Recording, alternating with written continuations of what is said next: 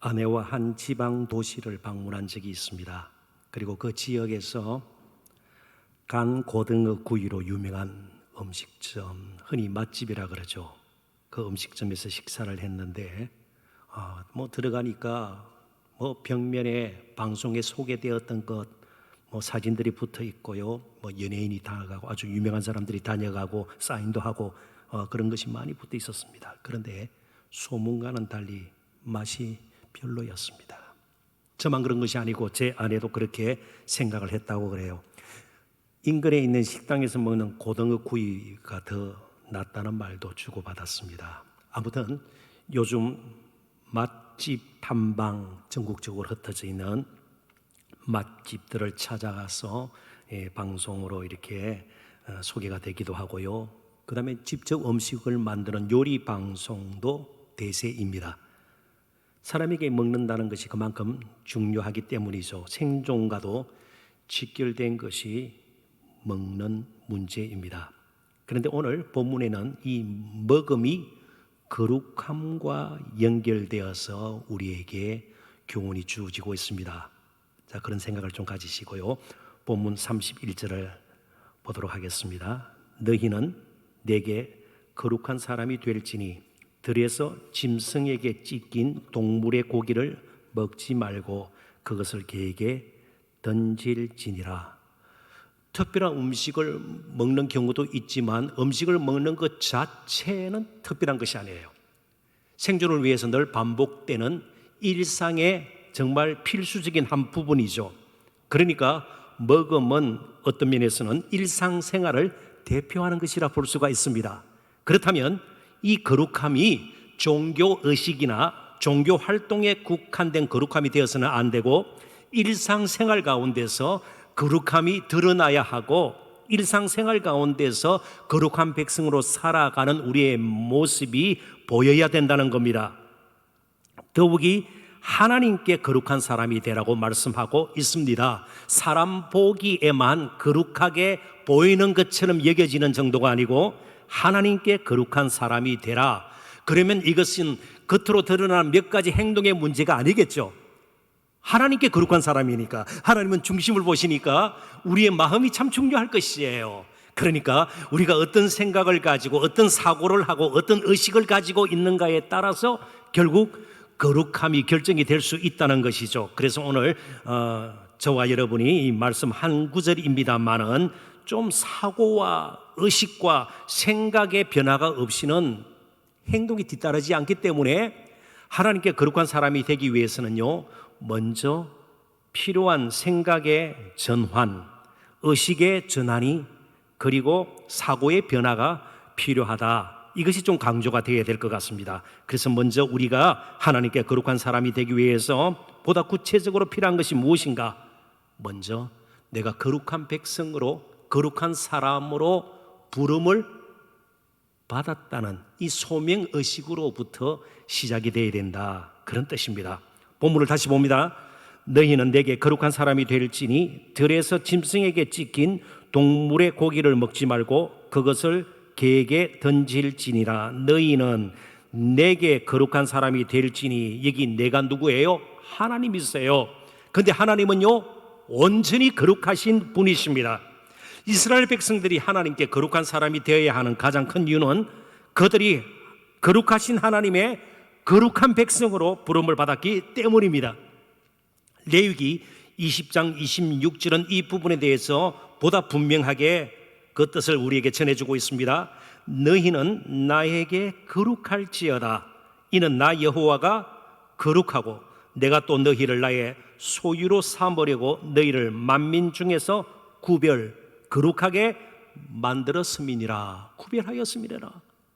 그러니까 하나님께서 많은 사람들 가운데서 이스라엘 백성들을 택하시고 마찬가지로 저와 여러분을 택하신 이유는요, 거룩하신 하나님을 우리의 거룩한 삶을 통해서 선포하고 드러내고 높이도록 불러주셨다는 것입니다. 물론 부름을 받은 즉시 이스라엘 백성들이 혹은 우리가 온전히 거룩한 사람으로 살 수는 없습니다. 이제 시작이 되는 것이죠.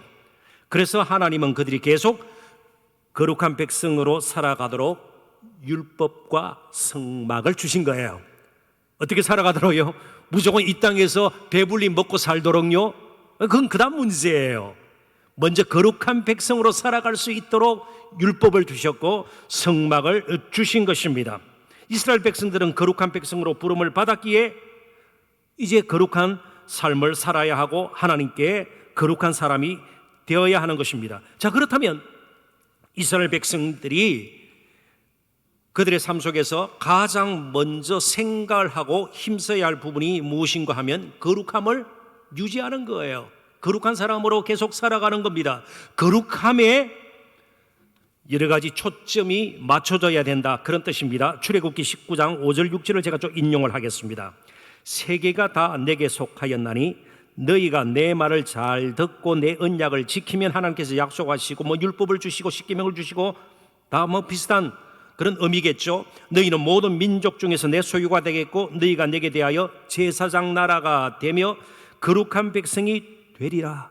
거룩한 백성으로 부름을 받고 계속해서 거룩한 삶을 살아가야 된다, 그런 뜻 아니겠습니까? 너는 이 말을 이스라엘 자손에게 전할지니라. 우리가 예수 그리스도 안에서 부름을 받아 그리스도인이 되었지만 그리스도인답게 그분을 닮는 것은 평생 이어가야 할 일인 것과 같은 이치이죠. 자, 그렇다면 우리가 거룩한 삶을 살기 위해 가장 필요한 일은요, 먼저 우리가 거룩함을 위해 부름을 받았다는 소명의식을 우리의 마음속에 분명히 하는 것입니다. 그리고 일상생활 가운데서 거룩함을 유지하는 것입니다. 에베소서 1장 3절부터 5절을 또 읽어볼 텐데요. 찬송하리로다. 하나님 곧 우리 주 예수 그리스도의 아버지께서 그리스도 안에서 하늘에 속한 모든 신령한 복을 우리에게 주시되 곧 창세전에 그리스도 안에서 우리를 택하사 우리를 사랑 안에서, 그리고 하나님께서 베푸신 이 신령한 복들, 은혜들, 사랑, 택하심, 예정하심, 목적이 있어요. 그 앞에 거룩하고 흠이 없게 하시려고, 거룩하고 흠이 없게 하시려고 그 기쁘신 뜻대로 우리를 예정하사 예수 그리스도로 말미암아 자기의 아들들이 되게 하셨으니, 우리가 예수님처럼 되어야 하는 이유는요, 먼저 그분이 우리처럼 대신 은혜가 있기 때문이에요. 성육신의 은혜가 먼저 있기 때문에. 그러니까 우리 자신의 거룩한 행동 몇 가지로 우리가 거룩한 하나님의 백성이 되는 것이 아닙니다. 예수 그리스도 안에서 거룩하게 부름을 받았기에 우리는 거룩한 삶을 살아야 되는 것이죠. 그러니까 우리가 어떻게 거룩하게 살아야 될 것인가, 이전에 거룩하신 하나님께서 예수 그리스도 안에서 우리를 위해서 어떤 일을 행해 주셨는가, 복음의 확신이 우리의 거룩의 열망으로 이어지게 되는 겁니다. 왜 우리에게 변화가 없는가를 그래서 늘 따져보아야 합니다. 우리 자신의 됨됨이 성품이라든지 규칙, 교례의 유무가 근본적인 문제가 아니라 예수님께서 우리를 위해 행하신 일이 무엇인가를 생각하지 않고 묵묵되고 살기 때문에 거룩한 삶을 사는 것이 가능치가 않다는 것입니다. 이스라엘 백성들도 십계명을 제대로 지켜서 하나님의 거룩한 백성이 된 것이 아닙니다. 달리 표현하면 무엇인가를 열심히 행했기 때문에 그들이 하나님의 친백성이 된 것이 아니라는 사실입니다. 십계명을 주시는 하나님이 어떤 분이신가를 그들이 먼저 알 필요가 있었습니다. 그 다음에 십계명대로 그들이 살아가야 할 거룩한 백성임을 깨닫게 되는 것이죠. 출애굽기 20장 1절부터 3절을 보도록 하겠습니다. 하나님이 이 모든 말씀으로 말씀하여 이르시되 나는 너를 애굽 땅 종되었던 집에서 인도하여 낸 내 하나님 여호와니라. 먼저 하나님께서 이스라엘 백성들에게 어떤 일을 행하셨는가를 보여주시고 그 다음에 첫째 계명이 시작됩니다. 너는 나 외에는 다른 신들을 내게 두지 말라. 그리고 둘째 계명 쭉 이어서 10가지 계명이 이스라엘 백성들에게 주어지죠. 이스라엘 백성들이 십계명을 지켜야만 하는 근거는 하나님께서 그들을 바로의 압제에서 벗어나 하나님의 백성으로 구원의 은혜를 베풀어 주셔서 불러주셨기 때문입니다. 늘 구원의 은혜가 먼저입니다. 그리고 그 은혜에 대한 감사와 감격이 거룩한 삶의 동기와 근거가 되는 것이에요. 그래서 우리가 흔히 말하는 칭의, 어렵게 됨과 성화, 거룩하게 되는 것은 분리될 수가 없는 거예요. 어떤 의미에서 성화의 동기와 근거는요, 칭의, 어렵게 됨에 있는 것입니다. 전혀 어렵지 못하고 거룩하고 흠이 없는 자가 아니고 온갖 종류의 흠과 허물로 얼룩져 있는 우리를 예수 그리스도 안에서 어렵다 인정해 주시고 하나님의 친백성으로 자녀로 삼아 주셨기에 이제 이렇게 거룩한 부름을 받아 그 은혜를 입어 이렇게 사랑받은 이렇게 존귀한 존재가 됐는데 내가 싸구려 그런 수준 낮은 격이 형편없이 떨어진 그런 삶을 살 수가 있겠는가? 소명의식이 우리에게 먼저 필요한 것입니다. 예수님도 줄이신 적이 있어요. 배가 고프신 적이 있습니다. 예수님도 육신을 입으셨기에 먹어야만 했습니다. 그런데 한날 예수님께서는 제자들에게 자신에게는 진정한 양식이 있다고 말씀하셨습니다. 여러분 잘 아시는 말씀일 거예요. 요한복음 4장 34절의 말씀입니다. 예수께서 이르시되 나의 양식은 나를 보내신 이의 뜻을 행하며 그의 일을 온전히 이루는 이것이니라. 그러니까 예수님께서는 먹지도 않고 무슨 일만 열심히 한다. 예수님께서 말씀하신 말씀의 핵심은 그것이 아니에요. 주된 내용은 그것이 아닙니다. 왜 먹어야 하는지를 알고 먹어야 된다는 거예요. 예수님은 지금 우리 인생에 중요한 것이 단순히 무엇을 먹는가에 있지 않고 무엇을 먹든 어떻게 사는가에 있다는 것을 강조하고 있습니다. 그렇다면 예수님의 여기 양식이라고 표현한 이 부분은요, 그분이 가진 인생의 목적, 이 땅에 사는 이유로 우리가 이해할 수가 있을 것입니다. 우리도 이 땅에 우리 자신이 존재하는 이유를 분명히 알고 살아야 그럴 때에 공부 제대로 하게 될 것이에요. 직장생활, 사업 제대로 하게 될 것이고 가정 제대로 세워 나가게 될 것입니다. 그거 없이 무조건 좋은 대학에 진학하고 사업이 잘 되고 직장에서 승진하고 그걸 복으로 생각하고 아니에요. 그렇게 끝나서는 안 된다는 겁니다. 그래서 우리는 그래도 먹고 살아야지. 좀 이제는 예배 자리에 나오십시오. 그러면 주로 하는 말이 무엇입니까? 너무 바쁘다든지 먹고 살아야죠. 먹고 살아야 합니다. 맞는 말씀입니다. 그렇지만 그래도 먹고 살아야지라는 말만 늘 반복하는 것은 믿음의 말은 아닌 거예요. 먹고 사는 건 맞습니다. 그런데 왜 먹고 살려고 하는가? 거기까지 나가야 되는 거예요. 왜 먹어야 하는가 말이죠. 왜 살아야 하는가 말이죠. 왜 이 땅에 우리가 존재해야 되는가 말이죠. 이 시대에 왜 우리가 태어나서 지금까지 살았고 지금도 존재하고 앞으로 어떻게 살 것인가, 여기에 좀 초점을 맞추고 살아야 된다는 것입니다. 먹음이 필요하지만 그것보다 먼저 소명을 생각해야 된다, 그런 뜻입니다. 그러므로 우리의 사는 목적은 배부름이 아니라, 그렇습니다. 빌립보서에 보면 이 세상 사람들의 신은 뭐라고 그랬어요? 배라고 그랬어요. 결국 보면 배 채우는 거예요. 배 채우는 거, 욕심 채우는 것이에요. 우리의 사는 목적은 배부름이 아니라 거룩함이 되어야 합니다. 한번 따라해 보시겠습니까? 우리의 사는 목적은 배부름이 아니라 거룩함이 되어야 합니다. 거룩하게 살기 위해서 우리가 먹어야 되죠. 좀 더 거룩하게 하나님의 거룩하심을 선포하고 많은 사람들에게, 그죠? 하나님 되심을 전하기 위해서 우리는 더 공부도 하게 되는 것이고요. 직장 생활도 필요한 것이에요. 우리가 가는 곳마다 하는 일을 통해서 우리의 거룩함이 나타나야 되는 겁니다. 일상생활을 통해서 나타나야 되는 것이죠. 자, 그렇다면 우리 인생의 진정한 위기가 무엇입니까? 배가 조금 고픈 것이 아니에요.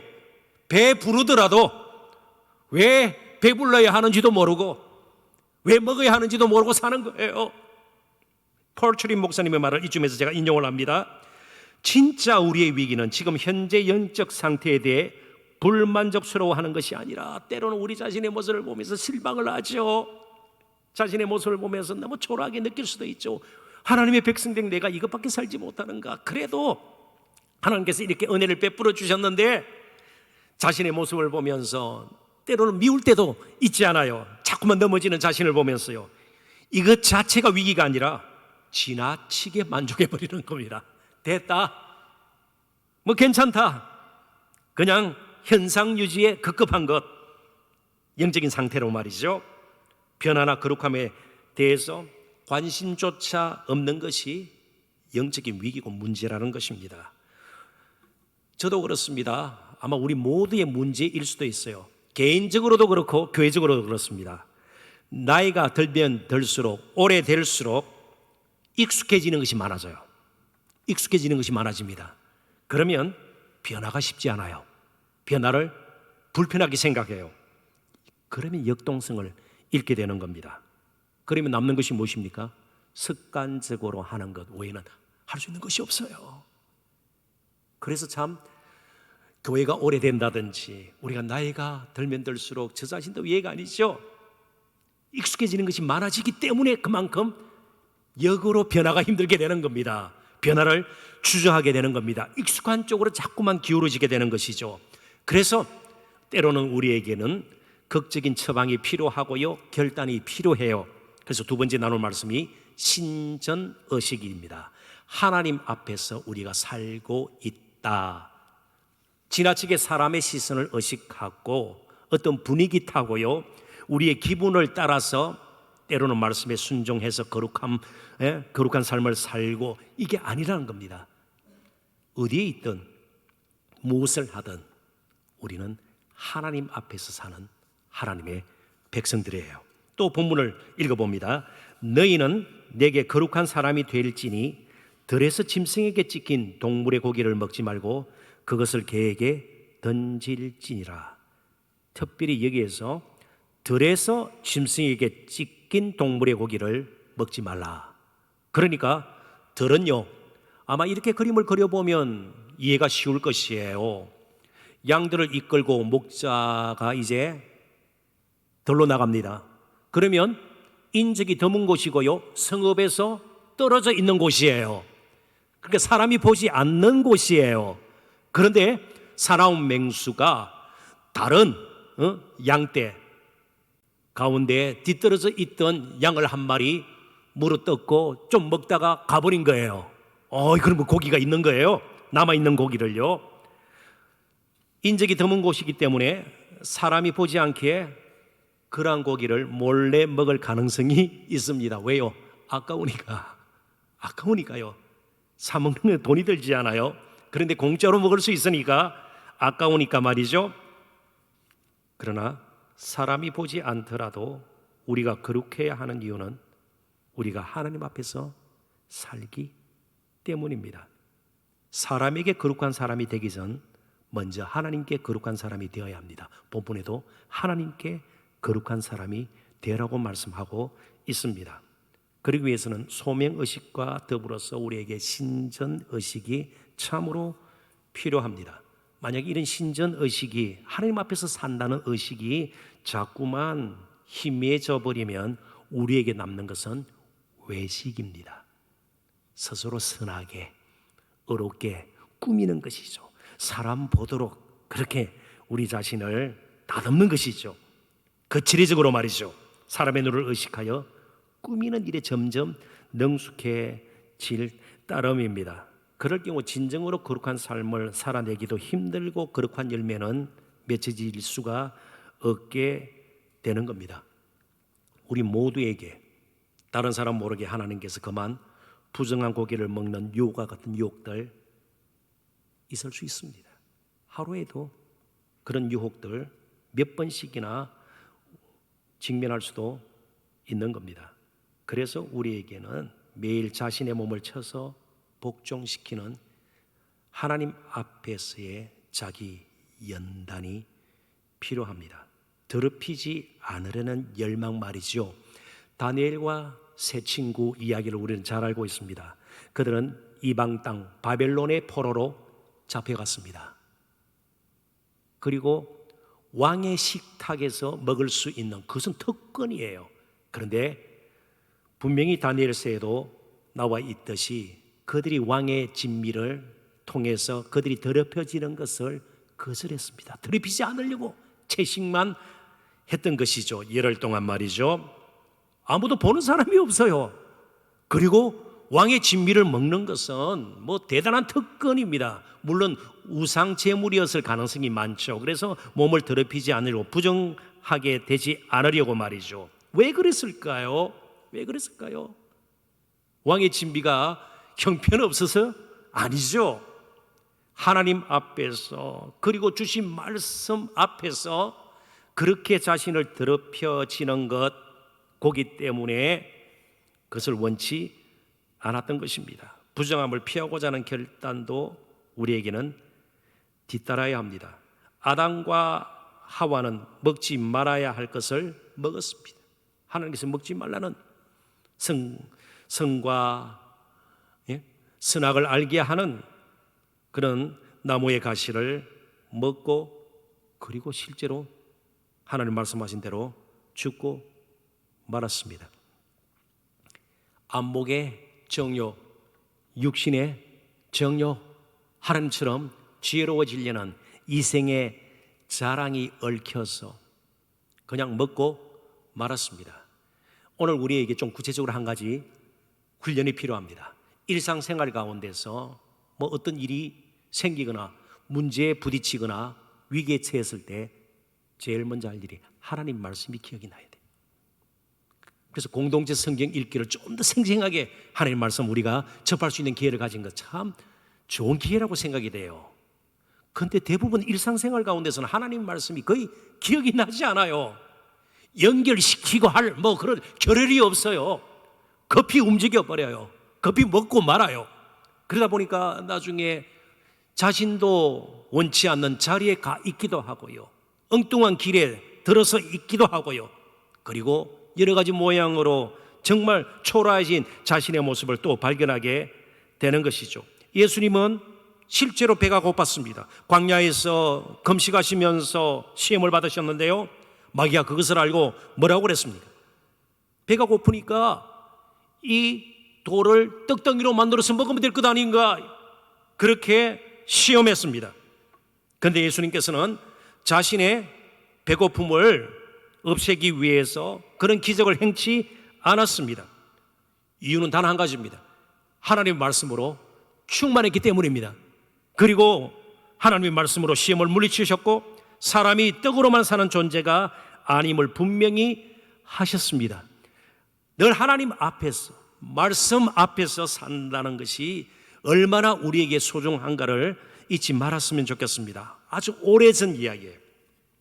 30년 뭐 가까이 전의 이야기인데요. 제가 캐나다에서 특별히 토론토에서 공부할 때입니다. 동료 학생들과 중국 식당을 갔습니다. 근데 그 당시에도 그렇고 뭐 세계 각국의 차이나타운이 다 있잖아요. 뭐 중국 음식점 한두 개가 아니에요. 온 마을, 동네가 그냥 중국 식당, 중국 시장으로. 그런데 우리 다 유학생들이니까 동료 학생들하고 식당을 갔는데 고급 식당은 가지 못하고요. 시장 근처에 좀 허름한 식당을 가게 되었습니다. 거기 가면 차오민, 한국인은 없어요. 차오민 제가 아직 접하지를 못했습니다. 라이스 누들 같은 아주 맛있는 꽝둥성 베이징식도 있고 말이죠. 그는 꽝뚱 캔토니언이라 그러는데 굉장히 맛있는 값싸고 말이죠. 그런 음식들이 있어요. 그래서 딱 시켰어요. 근데 시킨 음식 속에 뭔가 시커먼 이물질이 보이는 거예요. 그래서 저는 처음에 검은 콩인가 보다 하고 같이 다 봤더니 뭐예요? 파리였습니다. 아무리 뭐 꽝뚱식이든 뭐 진미든 음식을 먹기 전에 입맛이 싹 사라졌습니다. 이후에 다른 건 나오니까 끓임직하죠. 이번에는 파리가 아니고 바퀴벌레가 또 들어있진 않을까. 입맛이 완전히 가버렸고, 그리고 그 후로는 그 식당을 안 가게 되었습니다. 제가 이 말씀을 하는 것은요, 사소하게 보이는 것에서부터 거룩한 결단이 있어야 되는 겁니다. 그래서 한 부분에서 그냥 무너져 버리면요, 그것이 우리 인생의 맛을 가버리게 해요. 향기도 싹 제하여 버리게 되는 겁니다. 그래서 조그만한 것에서부터 하나님 말씀으로 어떻게든 씻어내고요, 결단하고 하나님 말씀 붙들고, 때로는 예씀이 우리에게 있어야 된다는 것이죠. 제가 민수기 25장에 있는 몇 구절을 인용을 할 텐데 한번 잘 들어보십시오. 민수기 25장 1절부터 3절입니다. 이스라엘이 식딤에 머물러 있더니 그 백성이 모압 여자들과 음행하기를 시작하니라. 그 여자들이 자기 신들에게 제사할 때에 이스라엘 백성을 청하매 백성이 먹고 그들의 신들에게 절함으로 이스라엘이 바알 보올에게 가담한지라. 여호와께서 이스라엘에게 진노하시니라. 언제 이런 일이 일어났는가를 우리는 주목해야 합니다. 식딤이라는 곳이 나오고요, 모압 여자들과 음행하기를. 그러니까 지금 이스라엘 백성들이 어디에 가 있는가요? 식딤을 포함하고 있는 모압 땅에 지금 있는 거예요. 거기서 음행을 시작했고요, 그리고 모압 여자들이 섬기는 신을 함께 섬기고, 그리고 그 신에게 바쳐졌던 음식도 함께 먹고 있어요. 모압 땅이 어디일까요? 강 건너 가나안 땅이 보이는 광야 생활 마지막 지점입니다. 참 힘들고 따분하고 늘 반복되는 광야 생활을 끝내고 바로 가나안 땅이 저기 보이는 모압 지역에서 완전히 무너지고 말았습니다. 분명히 우리 해야 돼요. 지금 어려운데 조금 형편이 나아지면 신앙생활 잘 하리라 천만의 말씀이에요. 너무 바쁜데 조금 시간이 있으면 말씀도 묵상하고 기도도 하고 천만의 말씀입니다. 광야 생활 끝나고 무너졌던 것을 우리는 보아야 돼요. 그러니까 순간순간 어디에 있든 어떤 상황에 처하든 부하든지 가난하든지 좀 이렇게 편안하든지 여러 가지 부대끼는 일들이 많든지, 그래도 우리는 하나님 앞에 살고 말이죠. 그래서 우리에게 필요한 것은 계속해서 하나님의 은혜를 구하는 거예요. 성령의 도우심을 얻는 거예요. 말씀이 생각나도록 말이죠. 이렇게 해야지 우리의 환경이 바뀐다고, 우리의 삶의 여건이 바뀐다고 우리가 훨씬 달라지고 더 거룩해지고, 절대로 그런 보장이 없다는 겁니다. 이스라엘 백성들이 40년 광야 생활을 끝내고 모압 지역에서 완전히 무너졌던 것을 우리가 보게 돼요. 이제는 괜찮다, 그 순간에 이렇게 무너지고 말았습니다. 신전 의식 없이는 거룩한 삶을 산다는 게 불가능합니다. 이제 우리는 주어져 있는 말씀들 22장부터 지금 23장 이르기까지 이제 계속 말씀을 볼 텐데요, 그걸 언약서라 그럽니다. 십계명에 확대된 그런 지침들, 규례들, 일종의 십계명의 일상생활의 적용이라고 볼 수 있는데요, 그러면 십계명 정신을 따라서 우리는 언약서를 보아야 합니다. 오늘도 마찬가지예요. 하나님 사랑, 이웃 사랑, 이것이 우리의 일상생활에 스며져 있어야 되는 것이죠.